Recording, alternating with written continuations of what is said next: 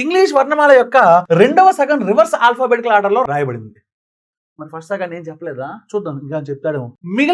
మిగిలినవన్నీ అక్షర క్రమంలో రాయబడ్డాయి. అంటే మీనింగ్ ఏంటి అంటే ఏ బి ఇవన్నీ ఏం మార్చలేదంట. సెకండ్ హాఫ్ అంటే ఇది ఫస్ట్ హాఫ్ అంటే ఎం వరకు కదా, సెకండ్ హాఫ్ అంటే ఎన్ నుంచి, అవునా కాదా? ఓకే, సెకండ్ హాఫ్ ని మాత్రం ఏం చేశాడమ్మా, రెండవ సగాన్ని రివర్స్ ఆర్డర్ లో, అంటే ఇక్కడ ఎన్ నుంచి జెడ్ ఉండాల్సిన కాస్త Z Y X and so on ఎలా రాశాడమ్మా, ఎన్ దాకా రాశాడు. ఓకే ఓకే రాశాడమ్మా, వాడు చెప్పిన క్రమంలో రాయబడింది. మిగిలిన అన్ని అక్షర క్రమంలో రాయబడ్డాయి. ఎడమ వైపు నుండి 17వ స్థానంలో ఉన్న అక్షరాన్ని కనుగొనండి. అమ్మా ఎడమ వైపు నుంచి 17వ స్థానం అంటే మామూలుగా అయితే మన వాళ్ళకి పంచి తడిచిపోద్ది. ఎందుకంటే అమ్మో ఇవి రాసి ఇన్ని రాసి చేయాలా, అమ్మో సార్ చాలా టైం అయిపోద్ది కదా సార్, అంత వద్దమ్మా. ఇక్కడ ఆల్రెడీ నేను రాసిన answer is W. Okay, X ముందు వచ్చేది డబ్ల్యూనేగా, so answer is 4th option. ఎందుకంటే ఒకసారి జాగ్రత్తగా అబ్జర్వ్ చేయండి, 17వ స్థానంలో అంటే ఇక్కడికి ఏబిసి ఎం, ఎం అంటే 13వ వాడేగా, అంటే 13 అయిపోయారు. 14, 15, 16, 17 అయిపోయింది. Answer is W. నేనైతే రాయను ఏ టు ఎం అలాగే ఉన్నాయి సార్, 13 అయిపోయాయి. అట్లా రివర్స్ ఆర్డర్ రాశాడు, అంతే జెడ్తో స్టార్ట్ చేసుకోవాలి. 13 అయిపోయి కాబట్టి నాకు ఇంకా 4 కావాలి. ఓకే, జెడ్తో స్టార్ట్ చేస్తే Z Y X W, answer is W sir. అర్థమైనా? ఇంత ఈజీ క్వశ్చన్.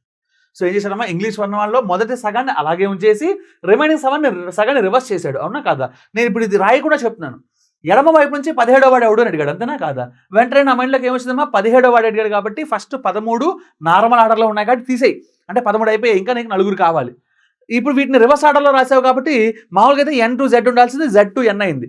అంటే 4 కావాలి కాబట్టి జెడ్తో స్టార్ట్ చేయాలి. ఇప్పుడు జెడ్ వై ఎక్స్ డబ్ల్యూ, అంటే 17వ వాడు ఎవడయ్యాడమ్మా, డబ్ల్యూ అయ్యాడు. అయిపోయింది ఆన్సర్. ఇది రాయని కూడా రాయక్కర్లా. అర్థమైందా? Right. So next beautiful question. English వర్ణమాలలోని మొదటి సగం తిరగదిప్పి రాసినట్లయితే మీ కుడివైపు నుండి 10వ అక్షరానికి ఎడమ వైపున 8వ అక్షరం ఎలా ఉంటుంది? సరే, ఫస్ట్ హాఫ్ రివర్స్ చేసావా, ఏం చేసావా అంటే ఫస్ట్ హాఫ్ ఏం చేశాడు, తిరగదిప్పి రాశాడంట. మిగిలిన వాడి గురించి ఏం చెప్పలేదంటే యాసిడ్ రాసినట్టేగా. అంటే మనకు మామూలుగా అయితే ఏ టు ఎం ఒక హాఫ్, ఎన్ టు జెడ్ రెండో హాఫ్ను వాడేం కదలొచ్చట్లేదు. ఫస్ట్ హాఫ్ను మాత్రం రివర్స్ చేశాడు. అంటే M L K J and so on CBA, ఆ తర్వాత మాత్రం N O P and so on X Y Z, ఇదే కాబట్టి రాసింది. ఇప్పుడు వాడు ఏమంటాడమ్మా, రాసినట్లయితే మీ కుడివైపు నుండి 10వ అక్షరానికి ఎడమ వైపున 8వ అక్షరం ఎలా ఉంటుంది? ఎంత పంచాయతీ వద్దు కానీ ఈ కుడివైపు నుంచి ఎడమ వైపు నుంచి అనే వాటికి మనం రూల్ చెప్పుకున్నాం, అది వాడేసుకుందాం. కుడివైపు నుంచి 10వ అక్షరం అనగానే ముందు మనం లెఫ్ట్ సైడ్ 10 రాసుకోవాలని చెప్పాను, అవునా?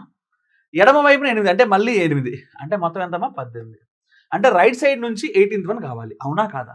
ఓకే, ఇప్పుడు కొంచెం లాజికల్, మళ్ళీ యాజ్ యూజువల్ ఎక్కడికి వెళ్ళినా మనం లాజికల్గా ఆలోచించకపోతే వర్కౌట్ కాదమ్మా. అందుకనే దీని పేరు రీజనింగ్ కాదు, లాజికల్ రీజనింగ్. ఓకేనా? మా 18th వన్ కావాలనగానే నేనేం చేస్తాను తెలుసా, సార్ సెకండ్ హాఫ్ అంటే 13 సార్, 13 అయిపోయాయి, ఇంకా నీకు ఎన్ని కావాలి, 5 కావాలి.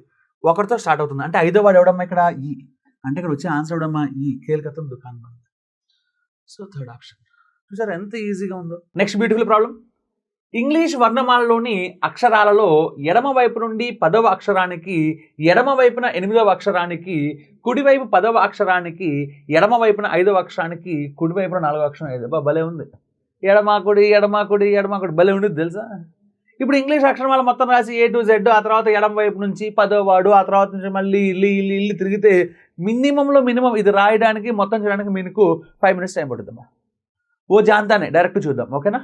మా ఎడమ వైపు నుండి 10వ అక్షరం ఉన్నాడు కాబట్టి ఫస్ట్ ఎడమ వైపుకి ఎడమ వైపు ఉన్నది కాబట్టి ఎడమ వైపు నుంచి స్టార్ట్ చేసినప్పుడు దాన్ని మనం రైట్గా తీసుకోవాలని చెప్పుకున్నాం, అవునా కదా? కుడివైపు కింద. ఓకే, రైట్ సైడ్ ఎంతమ్మా 10, దానికి ఎడమ వైపున అంటే లెఫ్ట్ సైడ్ ఎన్నవడమ్మా 8, కుడివైపు 10 అంటే మళ్ళీ రైట్ సైడ్ 10, మళ్ళీ ఎడమ వైపున 5వ అక్షరం అంటే లెఫ్ట్ సైడ్ 5, మళ్ళీ రైట్ సైడ్ 4. ఓకే, ఏంటి అవునా? ఓకే, మొత్తం ఇదంతా మా కుడివైపున 24, ఎడమ వైపున ఎంతమ్మా 13. ఒకటి కుడి ఒకటి ఎడమ కాబట్టి మనం ఏం చేయాలి, డిఫరెన్స్ చేయాలి, అవునా? 24కి 13కి డిఫరెన్స్ ఎంత 11. ఓకే, అంటే నీకు ఎటువైపు నుంచి కావాలి, ఎడమ వైపు నుంచి అని వాడే చెప్పాడుగా. ఎడమ వైపు నుండి 11వది, అమ్మ ఎడమ వైపు నుంచి 1వ వాడు ఏ, 2వ వాడు బి, అంటే 11వ వాడు ఎవడంటే 11వ ఆల్ఫాబెట్ ఎవడు కే, అవునా కాదా? So answer is simply first option.